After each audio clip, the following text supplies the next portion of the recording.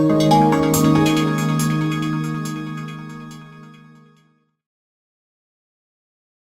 following video shows you how to access the electrical content portal. Either you can select the resources palette and select electrical content portal and log in your details. You can access through the welcome page, electrical content portal, and enter your details.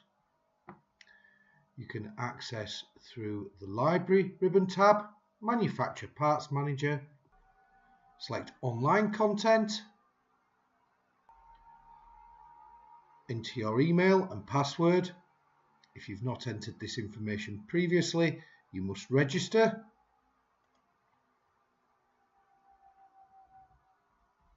And here we have access to the electrical content portal.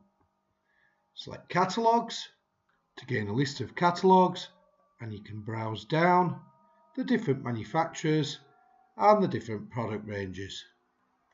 Once you find the manufacturer you want, find the product range you're after, download it and unarchive through the manufacturer parts manager.